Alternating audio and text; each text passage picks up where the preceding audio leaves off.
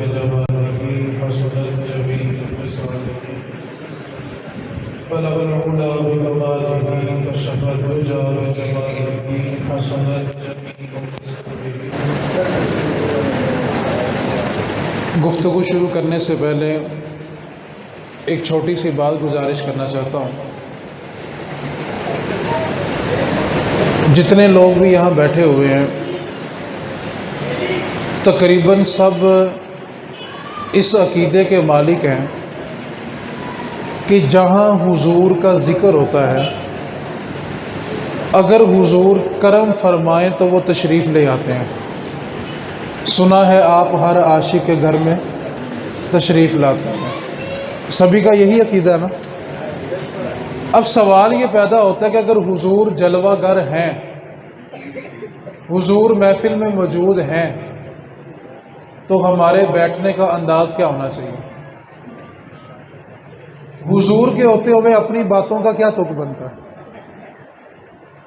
ایک طرف ہمارا یہ عقیدہ ہے کہ حضور ہر محفل میں جلوہ گر ہوتے ہیں، اور حضور کی بارگاہ میں بیٹھنے کا ادب کیا ہوتا ہے؟ صحابہ کرام جب نبی پاک صلی اللہ علیہ وسلم کی بارگاہ میں گفتگو کرتے تھے نا، تو اپنے ہونٹوں کے آگے اپنا ہاتھ رکھتے تھے اور پھر حضور سے کلام کرتے تھے کہ کہیں ہماری آواز بھی تیز ہو کر حضور کے کانوں تک نہ پہنچے. اتنا ادب تھا بارگاہ مصطفیٰ کا. ہمارے ہاں جب محافل سجائی جاتی ہیں، محافل میں لوگ آتے بھی ہیں، رش بہت ہوتا ہے. پوری دنیا میں اس وقت 85% لوگ وہ ہیں جو میلاد منانے والے ہیں. لیکن سوال یہ پیدا ہوتا ہے کہ 85% لوگ عاشق رسول ہوں تو دن بدن بدکاری کیوں بڑھ رہی ہے؟ شراب نوشی کیوں بڑھ رہی ہے؟ آنکھوں میں بے حیائی کیوں بڑھ رہی ہے؟ اولاد نافرمان کیوں ہو رہی ہے؟ رزق میں برکت کیوں ختم ہو گئی؟ اولاد نافرمان کیوں ہو گئی؟ ماں باپ نے اولاد کی پرورش تربیت کیوں چھوڑ دی؟ اگر 85% لوگ عاشق رسول ہیں تو پھر تبدیلی کیوں نہیں آ رہی؟ اس کی ایک ہی وجہ ہے، محفل سجانا اور ہوتا ہے، اس کو اپنی طبیعت پہ جاری کرنا اور ہوتا ہے. ہم لوگ صرف محفل سجانے کی حد تک ہیں. جائیں گے محفل میں بیٹھیں گے، 2-4 نعرے مار لیا، کھانا کھا لیا اور گھر چلے گئے، اور سمجھ یہ لیا کہ ہم نے شاید سنی ہونے کا حق ادا کر دیا. آج ہماری نسلیں تباہی کے چوراہے پہ کھڑی ہیں لیکن پرواہ کوئی نہیں ہے. ساری زندگی بیت گئی ہے محفلوں میں جاتے، زندگی بیت گئی ہے جمعے پڑھتے پڑھتے. سوال یہ پیدا ہوتا ہے کہ اندر سے بندہ کیوں نہیں بدلا؟ اس کے لیے میں صرف ایک جملہ کہہ کے اپنا موضوع شروع کرنے لگا ہوں. بات تھوڑی تلخ ہے لیکن حقیقت ہے. ہم نے دین صرف کانوں کی لذت تک رکھا ہوگا. ہم باہر جا کے کہیں گے یار بڑا مزہ آیا، کمال ہو گیا، بڑی کمال محفل ہوئی. یار دین ہماری کانوں کی لذت کے لیے نازل نہیں ہوا تھا، دین عمل کے لیے نازل ہوا تھا. ہم نے کوئی بیان سن لیا، کوئی نعت سن لیا تو کیا کہتے ہیں مزہ بڑا آیا. یار دین اس لیے نہیں آیا تھا کہ ہم اپنے کانوں کی لذت کو پورا کریں. دین اس لیے آیا تھا کہ ہم اس پر عمل کریں اور جہنم سے بچ جائیں.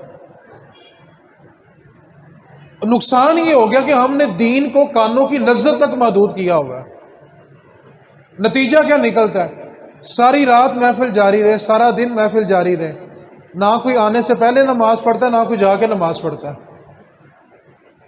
سوال یہ پیدا ہوتا ہے کہ 2-3 گھنٹے دین سننے کے بعد بھی اگر طبیعت نہیں بدلی تو ایک بات کو بس یاد رکھنا، نامہ اعمال میں نیکی لکھ دی گئی آنے کی، لیکن فائدہ کچھ نہیں ہوگا. جیسے آئے تھے ویسے چلے گئے، فائدہ کچھ نہیں ہوگا. کیوں؟ کہ ہم نے دین کو صرف کانوں کی لذت تک رکھا ہوا ہے. ایک بار بھی ایک محفل دل کے کانوں سے سنی ہو نا تو پھر دیکھو طبیعت بدلتی ہے کہ نہیں بدلتی. 2 ہی وجوہات ہوتی ہیں، یا سننے والے کا مزاج نہیں ہوتا یا کہنے والے کی زبان میں تاثیر نہیں ہوتی. دونوں میں سے ایک چیز ضرور ہوگی. کہنے والے کی زبان میں تاثیر ہو، سننے والا دل سے سنے، پھر دیکھو اس کی زندگی کا نقشہ بدلتا ہے کہ نہیں بدلتا. اس واسطے آپ سے پہلی گزارش یہ کرنا چاہتا ہوں، مہربانی کریں، دین ہمارے کانوں کی لذت کے لیے نہیں آیا، دین ہماری رہنمائی کے لیے آیا۔ اس کی میں آپ کو ایک سادہ سی مثال دیتا ہوں، توجہ آپ نے فرمانی ہے۔ ہم گھر میں جب بھی کوئی چیز خرید کے لاتے ہیں، اس کا ڈبہ کھولتے ہیں تو اس ڈبے کے اندر ایک چھوٹی سی کتاب ہوتی ہے۔ اس کتاب پہ یہ لکھا ہوتا ہے کہ آپ نے اس چیز کو اس طریقے سے استعمال کرنا ہے، اور جب تک آپ کتاب پہ لکھے ہوئے طریقے کے مطابق استعمال کرتے رہیں گے چیز ٹھیک رہے گی۔ اور جب بندہ اس کتاب کے طریقے سے ہٹ کے اس چیز کو استعمال کرتا ہے تو چیز خراب ہو جاتی ہے۔ آپ اے سی لے لیں، فریج لے لیں، واشنگ مشین لے لیں، استری لے لیں، موٹر لے لیں، کوئی چیز بھی لے لیں، جب ڈبہ کھولتے ہیں تو ساتھ کیا ملتی ہے؟ چھوٹی سی، بولے تو صحیح یار، کیا ملتی ہے؟ کتاب پہ کیا لکھا ہوتا ہے کہ آپ نے یہ چیز اس کے مطابق استعمال کرنی ہے۔ اللہ تعالیٰ نے بھی انسان بنا کے لاوارث نہیں چھوڑا، اس کے لیے بھی ایک کتاب بھیجی ہے، اور اس بندے کو بتایا کہ تو نے اپنے آپ کو اس کتاب کے مطابق چلانا ہے، اور جب تک تو اس کتاب کے مطابق چلے گا تیری زندگی بہار ہے، اور جب تو اس کتاب کا رستہ چھوڑ دے گا پھر تیری زندگی میں خزاں ہے، پھر تیری زندگی ویران ہے۔ ہوا یہ کہ ہم نے ہر چیز کتاب کے مطابق چلائی، نہیں چلایا تو اپنے آپ کو کتاب کے مطابق نہیں چلایا، اور جنہوں نے چلا لیا پھر لوگ ان کے جانے کے بعد بھی کہتے ہیں یار بندہ بڑا چنگا سے، کیوں کہ اس نے اپنی زندگی کتاب کے مطابق چلائی ہوتی ہے۔ ایک بات کو یاد رکھیں، نبی پاک صلی اللہ علیہ وسلم کا فرمان ہے کہ جب بندہ زمین پہ کھڑا ہو کے آسمان کی طرف دیکھتا ہے نا تو چاندنی رات ہو اور ستارے چمک رہے ہوں، تو میرے نبی نے فرمایا کہ جس طرح زمین پہ کھڑے ہونے والوں کو آسمان پہ ستارے چمکتے ہوئے نظر آتے ہیں، اسی طرح جب آسمان کے فرشتے زمین کی طرف دیکھتے ہیں تو وہ گھر ستاروں کی طرح چمکتے ہیں جس گھر میں اللہ کا قرآن پڑھا جا رہا ہوتا ہے، وہ گھر ستاروں کی طرح چمک رہے ہوتے ہیں۔ اور جس گھر میں سارے ہی حافظ قرآن ہو، جس گھر میں صبح و شام قرآن پڑھا جاتا ہو، بتائیں فرشتے اس پہ رشک کرتے ہوں گے کہ نہیں کرتے ہوں گے؟ اصل مسئلہ یہ ہوا کہ ہم نے اپنے آپ کو نہ کتاب کے مطابق چلایا نہیں ہے۔ آپ صرف اپنے آپ کو کتاب کے مطابق کر لیں، پھر دیکھیں زندگی میں سکون ہوتا ہے کہ نہیں ہوتا۔ دو باتیں آپ سے گوش گزار کرنی ہیں، بالکل مختصر سی ہیں، کوئی لمبی چوڑی بات نہیں کروں گا، توجہ آپ نے فرمانی ہے۔ سوال یہ پیدا ہوتا ہے کہ جب ایک امام مسجد کا وصال ہو جاتا ہے تو آیا اس کا بیٹا رضامندی کے ساتھ باپ کے مصلی پہ کھڑا ہوتا ہے کہ مجبوری سے کھڑا ہوتا ہے؟ آج اس حکمت کو سمجھنا ہے ہم نے، کوئی لچھے دار تقریر نہیں ہے، سمجھنے والوں کے لیے تھوڑی سی سمجھ ہے۔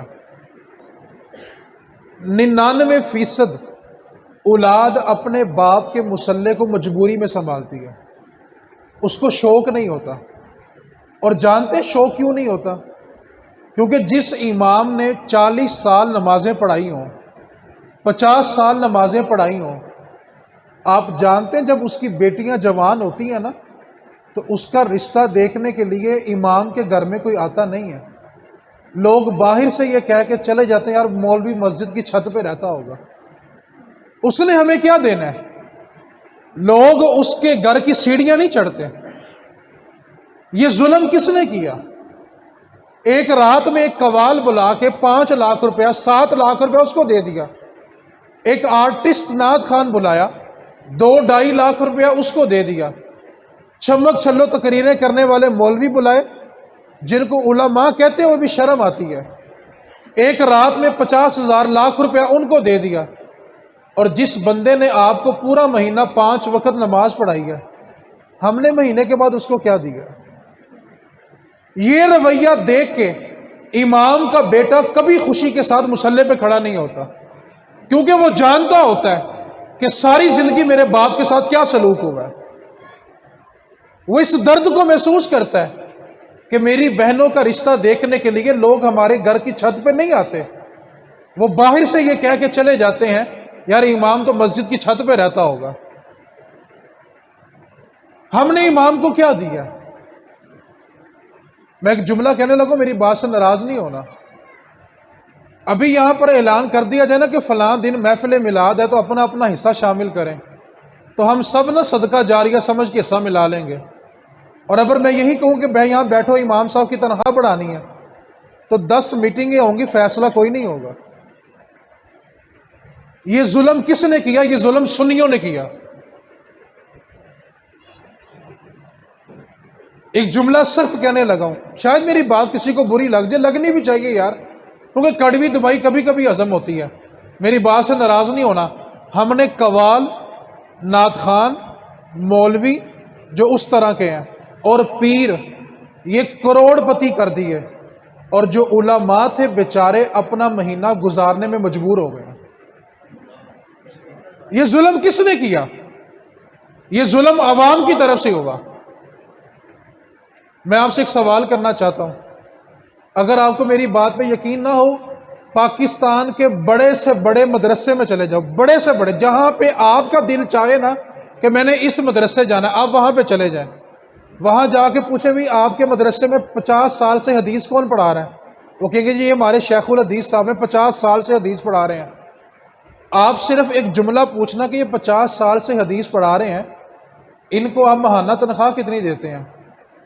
اس تنخواہ کو سننے کے بعد اگر آپ کا ضمیر کچھ گوارا کرے نا تو دین کی طرف آ جانا۔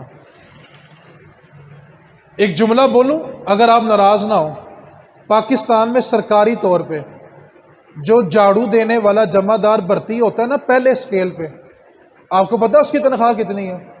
22,500 روپیہ۔ کس کی تنخواہ ہے یہ؟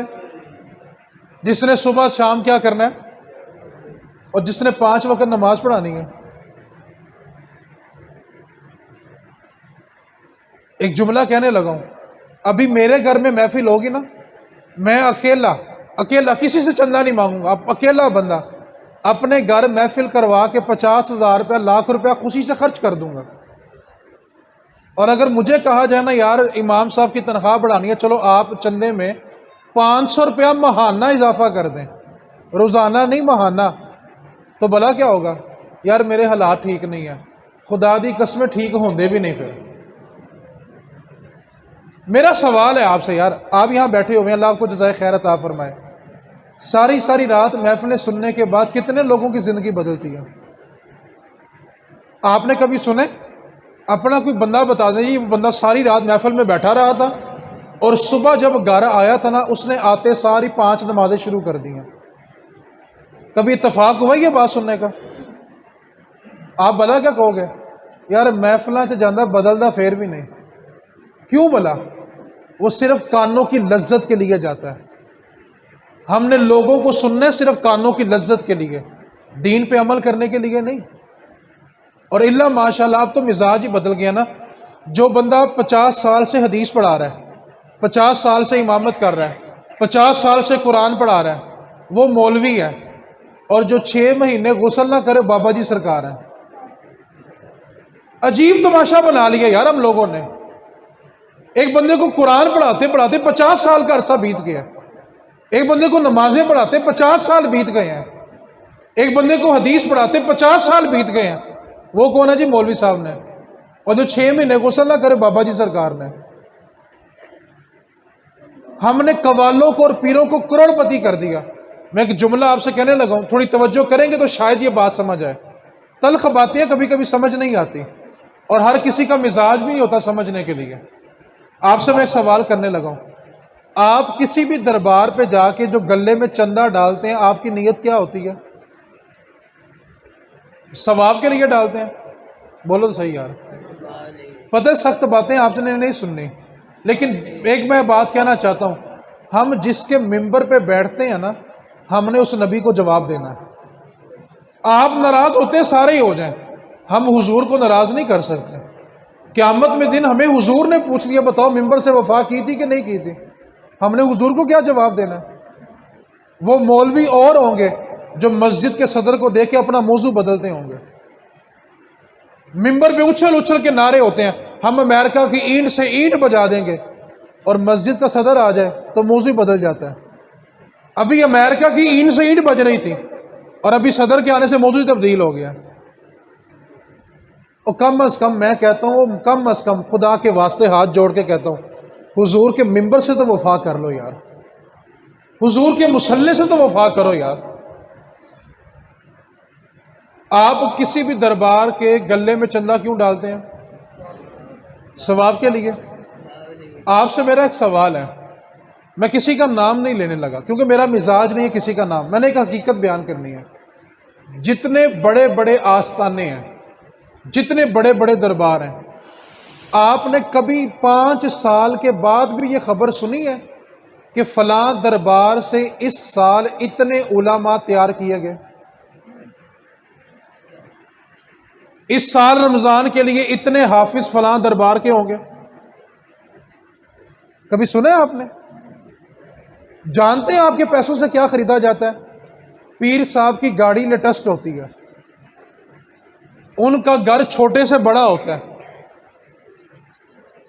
سوائے داتا صاحب کے مزار کے سوائے آپ کو شاذ و نادر کسی آستانے پہ مدرسہ ملے گا۔ اور داتا صاحب کے آستانے پہ مدرسہ بھلا کیوں ہے؟ وہ مدرسہ داتا صاحب نے خود بنایا تھا۔ داتا صاحب جب لاہور تشریف لائے تھے نا، سب سے پہلے آپ نے مسجد بنائی تھی، اس کے بعد مدرسہ بنایا تھا، اور اس مدرسے میں بیٹھ کے داتا صاحب خود حدیث پڑھایا کرتے تھے۔ آپ نے تو مدرسے کے گلے میں جا کے چندہ نہیں ڈالنا، دربار کے گلے میں ڈال دیا۔ بتائیں آپ کو وہاں سے سال کے بعد کیا رسپانس ملتا ہے؟ یتیم خانے چلا رہے ہو، ہسپتال چلا رہے ہو، مدرسے چلا رہے ہو، کتنے علماء جو سال کے بعد ہمیں تیار کر کے ملتے ہیں۔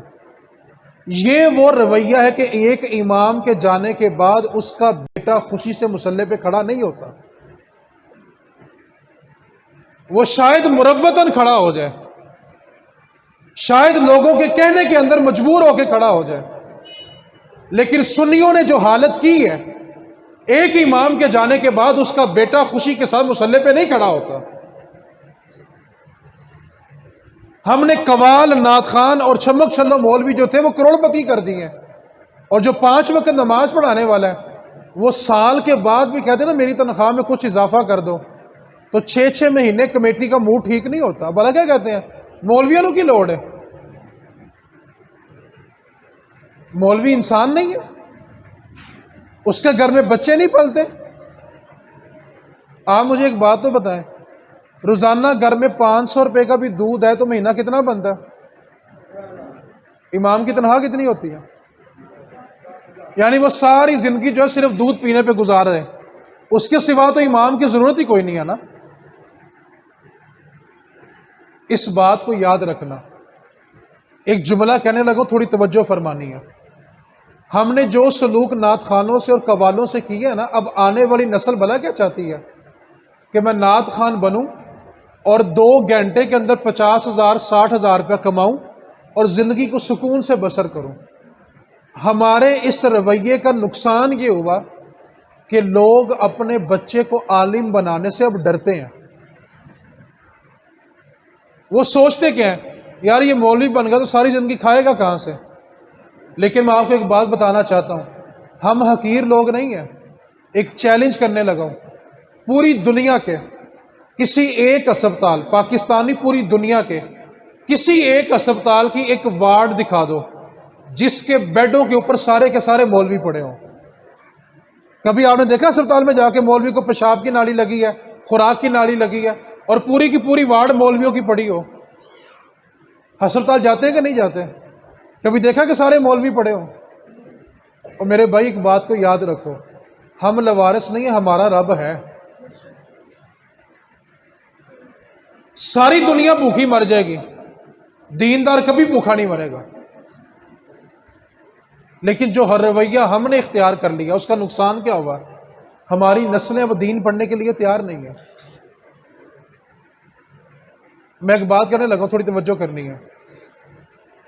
اگر کسی کے والد کا سالانہ ختم ہو، وہ یہاں کسی بندے کو بٹھا کے شعر سنتا جائے اور کھڑے ہو کے نوٹ پھینکتا جائے، نوٹ پھینکنے سے اس کے باپ کی بخشش ہو جانی ہے؟ بولیں یار۔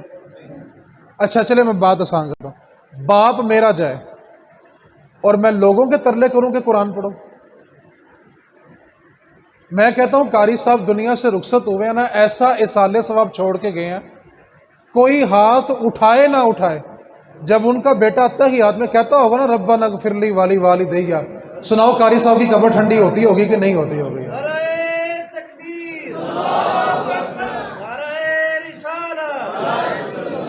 اس کو کہتے ہیں اصالِ ثواب، اس کو کہتے ہیں اصالِ ثواب۔ آخری بات اور میں گفتگو سمیٹنے لگا ہوں، اور یہ بات سادہ بندوں کے لیے بھی ہے، میری بات سے ناراض نہیں ہونا۔ ہم سنی لوگوں نے اپنے مرنے والوں کو چند دیگوں تک محدود کر دیا۔ ہم سمجھتے ہیں سال بعد 2 دیگیں پکائیں گے، برادری اکٹھی کریں گے، ختم دلائیں گے تو حق ادا ہو جائے گا۔ آپ سے میرا سوال ہے، مرنے والے کو ہماری دیگیں چاہیے؟ اور یہ جو لوگ اپنے بچوں کو دین پہ نہیں نہ لگا رہے، ایک بات کو یاد رکھنا، آپ کے جانے کے بعد صرف آپ کے نام کی دیگیں پکیں گی، قرآن کوئی نہیں پڑھے گا۔ اب تو صورتحال یہ آ گئی ہے، باپ کا چیلم ہوتا ہے، سالانہ برسی ہوتی ہے، مدرسوں میں بھاگ رہے ہوتے ہیں، یار پڑھے ہوئے قرآن دے دو۔ باپ میرا گیا ہے، ساری زندگی اس نے مشقت میرے لیے کی، مزدوری میرے لیے کی، اپنے مالک کی گندی گالیاں میرے لیے سنی ہیں، اور میں اس کی بخشش کے لیے ترلے لوگوں کے کروں کہ تم قرآن پڑھو آگے؟ ساری زندگی نسل کو دین سے بچا بچا کے جوان کر دیا۔ ایک بات کو یاد رکھیں، اگر نسلوں کو دین نہ دیا تو باپ کی میت گھر کے صحن میں پڑی ہوتی ہے، جوان بیٹے باپ کے سرانے کھڑے ہوتے ہیں، اور وہ کسی کو ٹیلی فون کرتے ہیں کہ آ کے ابو کو غسل دے دو۔ تیرا 1.5 کروڑ کا گھر، 50 لاکھ کی گاڑی، لیکن تیری غربت کی انتہا بلا کیا ہے کہ تیرے بچے تیری میت کو ہاتھ لگانے کے لیے بھی تیار نہیں ہیں۔ یہ تیری غربت کی انتہا ہے۔ اس سے بڑا غریب بندہ مرا ہی نہیں ہے جس کے مرنے کے بعد اس کے بچوں نے اس کو ہاتھ بھی نہیں لگایا۔ تیرا موبائل تیری نشانی بن جائے گی، تیری موٹر سائیکل تیری نشانی بن جائے گی، لیکن جو تیرے کفن کا کپڑا بچے گا نا، تیرے بچے وہ گھر میں نہیں رکھیں گے۔ جس صابن کے ساتھ باپ کو غسل دیا ہوتا ہے نا، یہ تو وہ صابن اپنے گھر میں نہیں رکھتے۔ باپ کے بدن سے جو کپڑے اترتے ہیں نا، یہ اس طرح اٹھاتے ہیں 2 انگلیوں کے ساتھ۔ ان کو تیرے بدن سے جو اترے لباس سے، اس سے بھی خوف آئے گا اگر نسل کو دین نہ دیا۔ خدا کی قسم، باپ کی میت غسل کے لیے ترس رہی ہوتی ہے اور بیٹے وراثت کے لیے جھگڑ رہے ہوتے ہیں۔ اس بات کو پلے باندھ لیں، اگر نسل کو دین نہ دیا تو آپ صرف 2 دیگوں تک محدود رہ جائیں گے، اس کے سوا آپ کو کچھ نہیں ملے گا۔ اور میں ظلم کی انتہا بتاؤں، ظلم کی انتہا کیا ہے؟ باپ کا قبر میں حساب کتاب ہو رہا ہوتا ہے، اور اس کی اولاد، بیٹے گھر بیٹھ کے بھلا کیا سوچ رہے ہوتے ہیں؟ یار صبح منڈی جانا ہے، کلوں کے لیے چنے لے کے جانے ہیں، صبح منڈی جانا ہے، پھل بھی لے کے آنا ہے، دیگوں والے کو بھی کہنا ہے۔ یہ نقصان بھلا کب ہوا؟ جب نسل کو دین نہیں دیا۔ کاش اس وقت تیرے بیٹوں کو یہ فکر ہوتی کہ آؤ یار باپ کے سرانے بیٹھ کے قرآن پڑھیں، ہمارے باپ کا حساب و کتاب ہو رہا ہے۔ آپ نے صرف نسل کو رسم و رواج دیے تو آپ صرف قبر میں بھی رسم و رواج تک رہ جائیں گے۔ آپ کے بچوں کو چنوں کی، پھلوں کی، دیگوں کی تو فکر ہوگی، لیکن آپ قبر میں کس حالت میں، بیٹوں کو اس بات کی خبر نہیں ہوگی۔ کیوں؟ کہ ہم نے اپنی نسلوں کو صرف رسم و رواج تک محدود کیا ہے، ہم نے ان کو دین دیا ہی نہیں ہے۔ اور دین دیا نہیں ہے تو کیا توقع کرتے ہیں کل کو یہ لوگ ہمارے لیے فاتحہ پڑھیں گے، قرآن پڑھیں گے؟ جس آپ کے بچے نے ساری زندگی آپ کے لیے قرآن نہیں پڑھا، آپ کے مرنے کے بعد اس نے کہاں قرآن پڑھنا ہے؟ جس بچے نے ساری زندگی آپ کی زندگی میں نماز نہیں پڑھی، اس نے آپ کے مرنے کے بعد کہاں پڑھنی ہے؟ اہل سنت نے سب سے بڑا ظلم یہ کیا کہ اپنے مرنے والوں کو چند دیگوں تک محدود کر دیا۔ آپ کیا تصور کرتے ہیں 2 دیگیں پکانے سے باپ کی بخشش ہو جائے گی؟ باپ قبر میں ترس رہا کہ میری اولاد میرے لیے قرآن پڑھے، باپ قبر میں ترس رہا میری اولاد میرے لیے نماز پڑھے، اور ہم نے ظلم کیا کیا؟ ہم 2 دیگیں پکا کے سمجھتے ہیں باپ کا حق ادا کر دیا ہم لوگوں نے۔ یہ ظلم کب ہوا؟ جب ہم نے اپنی نسلوں کو دین نہیں دیا۔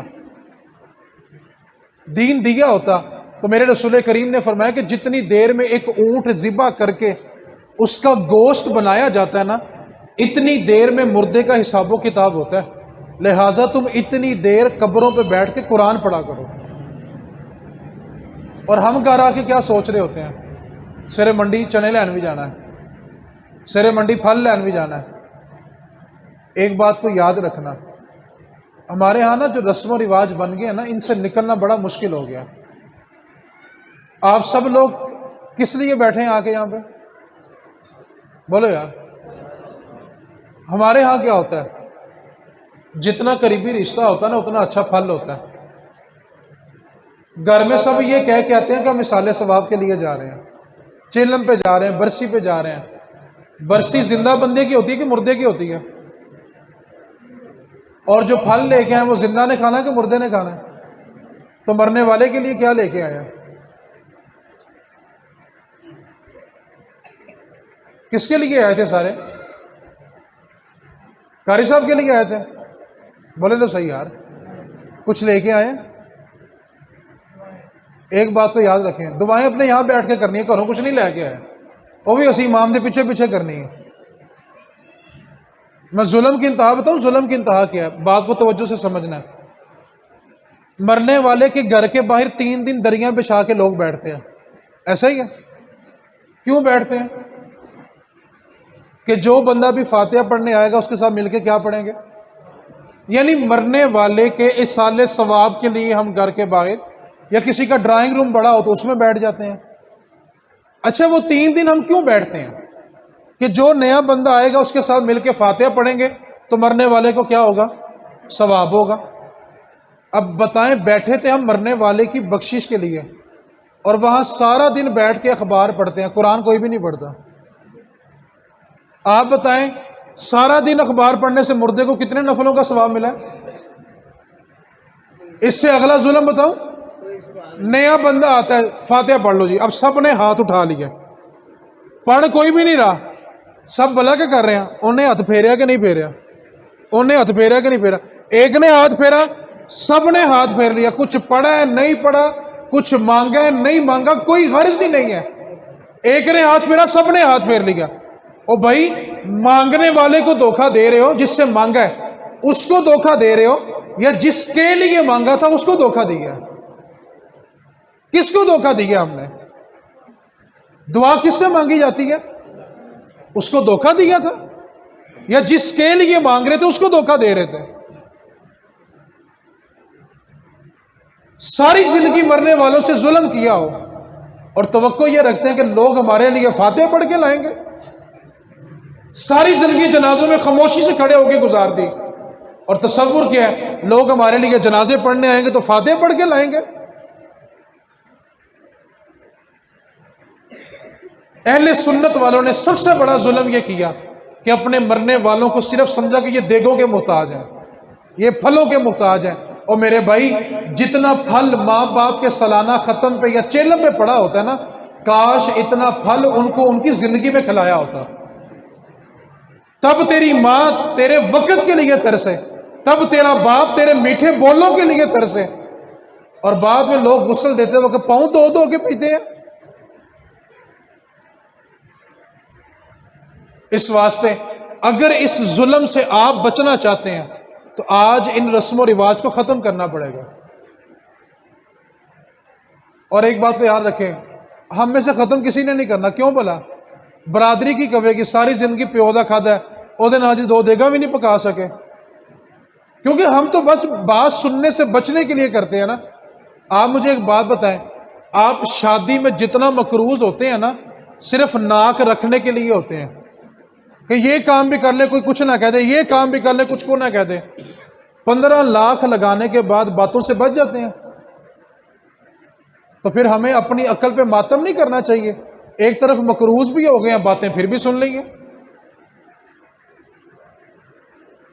ہمیں کیا ملا؟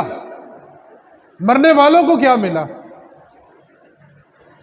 ظلم کی انتہا بتاؤں، ظلم کی انتہا کیا ہے؟ جنازہ اٹھتے وقت جو بیٹیاں بے ہوش ہو جاتی ہیں نا کہ والد چلا گیا، والدہ چلی گئی ہے، سر کے سائیں چلے گئے، جنت چلی گئی۔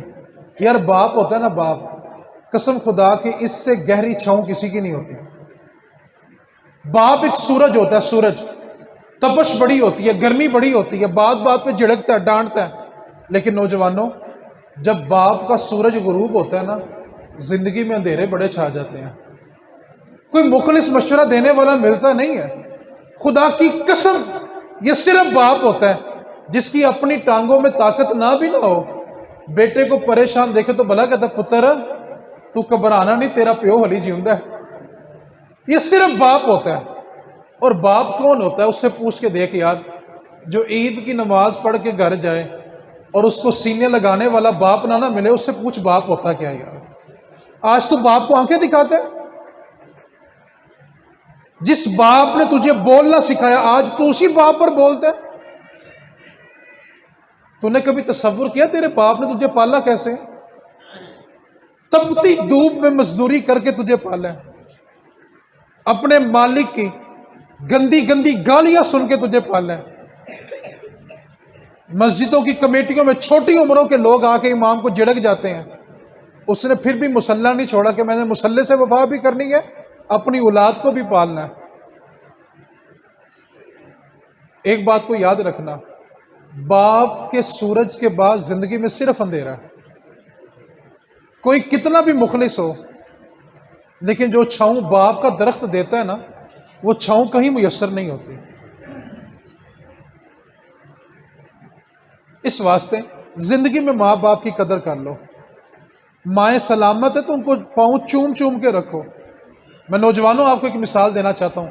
یہاں جو سب سے زیادہ طاقتور جوان ہے نا، وہ ایک ہاتھ پہ پتھر اٹھائے 5 کلو کا، اور وہ زیادہ سے زیادہ کتنی دیر کھڑا ہو سکتا ہے؟ 2 منٹ 3 منٹ، بڑا جوان ہو تو 5 منٹ. اس کے بعد اس کی ناڑوں میں خون جمنا شروع ہو جائے گا، ہاتھ اس کا شل ہو جائے گا، اور وہ 2-3 کلو 4 کلو پتھر نہیں اٹھا سکتا. سوچ، تو 5 منٹ یہ وزن نہیں اٹھا سکتا، اور تیری ماں نے تجھے 9 ماہ اٹھا کے رکھا ہے. وہ ساری ساری رات اس ڈر سے کروٹ نہیں بدلتی تھی کہیں میرے پتر کو تکلیف نہ ہو جائے. وہ ساری ساری رات اس ڈر سے ایک سائے میں سوئی رہتی تھی. جسم تھک جاتا تھا، سن ہو جاتا تھا، لیکن کہتی تھی نہیں، میرے پتر نو تکلیف نہیں ہونی چاہیے. اس نے اپنی غمی خوشیاں چھوڑ دی، اپنے بھائیوں کی بہنوں کی خوشیاں چھوڑ دی کہ میرے شکم میں میرا پتر ہے، میں نے اس کو اذیت نہیں دینی. کبھی سوچا جس نے 9 ماہ ہمارا وزن اٹھایا ہے، آج ہم اس کو آنکھیں نکال کے دکھاتے ہیں، آج اس کے سامنے زبان چلاتے ہیں. خدا کی قسم، رب کو راضی کرنا چاہتے ہو تو پہلے اپنے ماں باپ کو راضی کرو. جب تک ماں باپ راضی نہیں ہوں گے، رب کبھی راضی نہیں ہوگا. بس میں گفتگو کو سمیٹنے لگا ہوں. 3 باتیں آپ سے گوش گزار کی ہیں. ہم نے قوالوں کو، پیروں کو، مولویوں کو کروڑ پتی کر دیا، اور 50 سال سے حدیث پڑھانے والے آج بھی 25,000 سے زیادہ تنخواہ نہیں ملتی ان کو.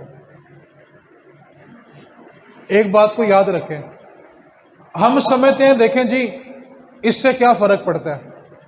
ایک بات کو یاد رکھنا، آپ کی نسلیں اگر آج کلمہ پڑھتی ہیں نا، تو یہ صدقہ صرف علماء کا ہے.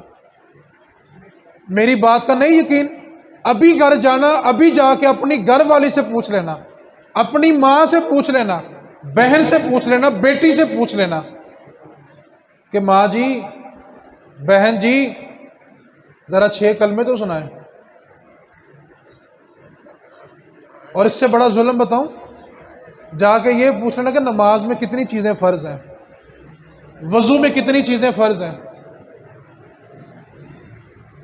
صورتحال بھلا کیا ہے؟ 50 سال عمر ہو گئی ہے، 5 بچوں کی مائیں ہیں. حقیقت یہ ہے کہ غسل کرنا نہیں آتا. اگر علماء تیار نہ کیے تو آپ آنے والی نسلوں سے کلمے کی امید بھی چھوڑ دیں. ہم آج دیکھتے نہیں کہ لوگوں سے کلمہ نہیں پڑھا جاتا. ابھی یہ علماء ہیں تو یہ صورتحال ہے. اور میرے نبی کا فرمان ہے، قیامت کی نشانیوں میں ایک نشانی یہ بھی ہے، سب سے پہلے علم یعنی علماء کو اٹھا لیا جائے گا. اور جب علماء اٹھ جائیں گے پھر کلمے کی صورتحال کیا ہوگی؟ اب تو نکاح پڑھانے کے لیے جائیں نا تو دلہا کان میں پہلے کہہ دیتا، کہتا مولوی صاحب کلمے آپ ہی پڑھ لینا، تو میں کہنا نکاح تیرا ہے کہ میرا ہے؟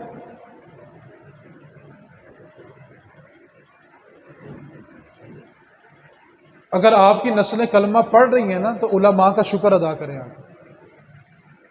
لیکن میں نے بات وہیں پہ لا کے ختم کر دی۔ ہم نے پیسہ انویسٹ کیا درباروں پہ، نعت خانوں پہ، قوالوں پہ۔ میں نے آپ سے سادہ سا سوال پوچھا ہے، آپ کو سال کے بعد دربار سے یہ اعلان سننے کو ملتا ہے جی اس سال اتنے علماء تیار کیے گئے ہیں سوائے داتا صاحب کے؟ کوئی ہے تو میری اصلاح کریں بھائی، آپ غلط کہہ رہے ہیں۔ جن نعت خانوں کو آپ لاکھ لاکھ روپے دے کے بلاتے ہیں، کبھی آپ نے سنا کہ اس نعت خانے کو مدرسہ بنا کے اتنے حافظ تیار کیے ہیں، اتنے عالم تیار کیے ہیں؟ چند نعت خان ہیں جو یہ کام کر رہے ہیں، صرف وہ چند جو انگلیوں پہ گنے جا سکتے ہیں، وہ 10 سے اوپر نہیں ہیں جو گنے جا سکتے ہیں۔ مسئلہ پوچھنا ہو تو اچھے سے اچھا عالم چاہیے، شرعی رہنمائی چاہیے ہو تو اچھے سے اچھا عالم چاہیے، فتویٰ لینا ہو تو اچھے سے اچھا مفتی چاہیے، اور پیسہ انویسٹ کرنا ہو تو قوال چاہیے۔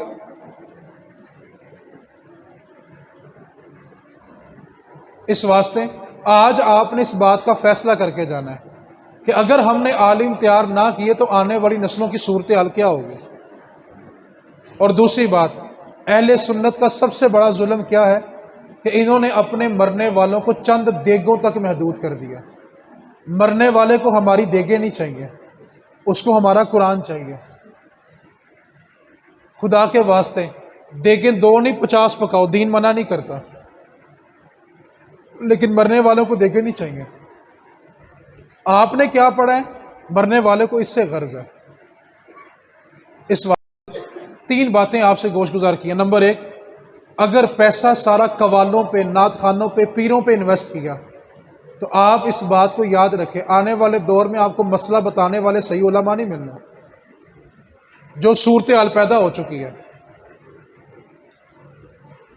کیوں بلا؟ ہم جیسے بچے دین کو دیں گے وہ ہمیں ویسا دین دیں گے۔ میں اس بات کی تھوڑی سی وضاحت کر دوں صرف اصلاح کے لیے۔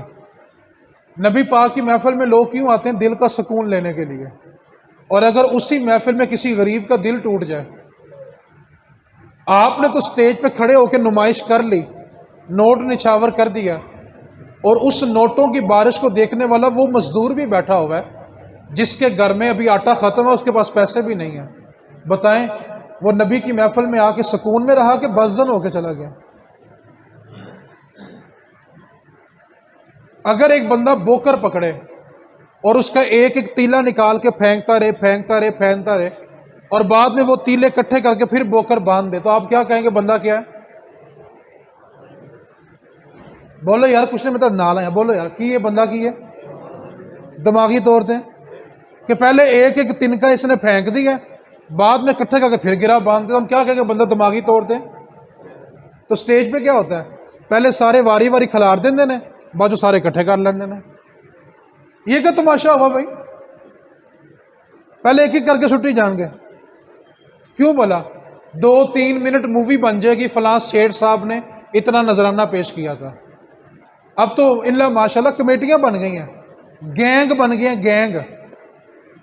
فلاں نعت خان نو بلانا ہے، وہ خرچہ فلاں چودھری نو بلا لو، جن نے پیسے لٹائے گا خرچہ انہوں دے دینا۔ محفل میلاد آج کل اس طرح ہو رہی ہیں۔ اصلاح خاک ہوگی۔ عالم کو کتنے منٹ ملیں گے جی؟ 25 منٹ ہے جی، 30 منٹ ہے۔ نعت خانی جی ماشاءاللہ وہ ساری رات ہوگی، اور صبح اٹھ کے ہمیں طنز کیا کر رہے ہیں؟ دیکھو جی اصلاح ہی نہیں ہو رہی عوام کی۔ او بھائی کرو گے، کرواؤ گے تو ہوگی نا یار۔ جب ساری رات ایک نوجوان کو آپ نے یہ منظر دکھایا ہے، یہ فلم دکھائی ہے کہ بھائی تم نعتیں پڑھتے رہو، نوٹوں کی بارش ہوتی رہے گی، وہ صبح اٹھ کے عالم بننے کے خواب دیکھے گا؟ وہ صبح اٹھ کے مفتی بننے کے خواب دیکھے گا؟ وہ کیا کہے گا؟ میں نے بھی نعت خان بننا ہے۔ اس واسطے ہم نعت خانی کے خلاف نہیں، یہ نعت خانی ہمارا ایمان ہے، ہمارا ایمان حضور کی تعریف پہ کھڑا ہے، لیکن یہ ظلم ہمارا عقیدہ نہیں ہے۔ اس ظلم سے اہل سنت کو باہر آنا پڑے گا۔ اور مرنے والوں کو دیگوں تک محدود ہے۔ وعدہ کرنا ہے کہ جب بھی کسی سال ثواب پہ جانا ہے تو گھر سے کم از کم ایک بار قل هو اللہ پڑھ کے جائیں گے۔ وعدہ ہو گیا سب کا کہ نہیں؟ فائدہ کیا ہوگا؟ آج ہم کسی کے لیے پڑھ کے جا رہے ہیں، کل کو لوگ ہیں، اگر ہم نہیں پڑھیں گے تو ہمارے لیے کوئی پڑھے گا۔ وہ قائد اعظم محمد علی جناح کے ایک ساتھی تھے مولانا عبدالحی لکھنوی، صرف یہ جملہ سنانے لگا کہ ہم جو کریں گے کل کو ہمارے ساتھ ہونا ہے۔ مولانا عبدالحی لکھنوی قائد اعظم کے دوست تھے، پاکستان بنانے میں قائد اعظم کے ساتھ تھے۔ آپ کے دور میں ایک درزی تھا، اس درزی کی عادت یہ تھی کہ جب بھی کسی کے جنازے کا اعلان سنتا نا، دکان بند کرتا اور جنازے کے لیے چلا جاتا۔ اب پڑوس کے دکاندار اس کو طنز کرتے تھے، یا تو بڑا عجیب بندہ، نہ تو مرنے والے کو جانتا ہے نہ مرنے والا تجھے جانتا ہے، تو کام کاج کا حرج کرتا ہے اور جنازے کے لیے چلا جاتا ہے۔ اس نے کہا بہو جی میں سنیا جیڑا کسے دا پڑھے پھر لوکی ہوتا بھی پڑھ دے۔ میں پڑھتا رہا، زندگی بیتتی گئی، اللہ کی رضا کے لیے جنازے پڑھتا رہا۔ مولانا عبدالحی لکھنوی کا انتقال ہو گیا۔ آپ کے ہزاروں مرید تھے، ہزاروں شاگرد تھے۔ تاریخ کے الفاظ ہیں کہ اتنا بڑا جنازہ مولانا کا ہوا کہ سینکڑوں ہزاروں لوگ وضو کرتے رہ گئے اور جنازے میں شریک نہیں ہو سکے۔ اتنا بڑا جنازہ تھا۔ جب مولانا کا جنازہ ہو گیا نا تو اعلان ہوا کہ ایک جنازہ اور ہے، وہ بھی پڑھ لیں۔ اب جو لوگ وضو کر رہے تھے وہ بھی شامل ہو گئے، جنازہ اس سے بھی بڑا ہو گیا۔ جب دوسرا جنازہ پڑھ کے فارغ ہوئے تو پتہ چلا یہ وہ درزی تھا جو اللہ کی رضا کے لیے لوگوں کے جنازے پڑھا کرتا تھا۔ تو جو ہم کریں گے کل کو ہمارے ساتھ ہونا ہے۔ اپنی نسلوں کو عالم بنائیں، اہل سنت والے، مرنے والوں کو دیگوں تک محدود نہ کریں، اور ماں باپ کی قدر ان کی زندگی میں کریں۔ بعد میں قبروں پہ جا کے رونے سے کچھ نہیں ہوتا۔ اللہ کریم کی بارگاہ میں دعا اللہ تعالیٰ عمل کی توفیق عطا فرمائے۔ اب جس کے جی میں آئے وہ حاصل روشنی کرے، اب جس کے جی میں آئے وہ حاصل روشنی کرے۔ ہم نے تو دل جلا کے سر عام کر دیا، وما علینا الا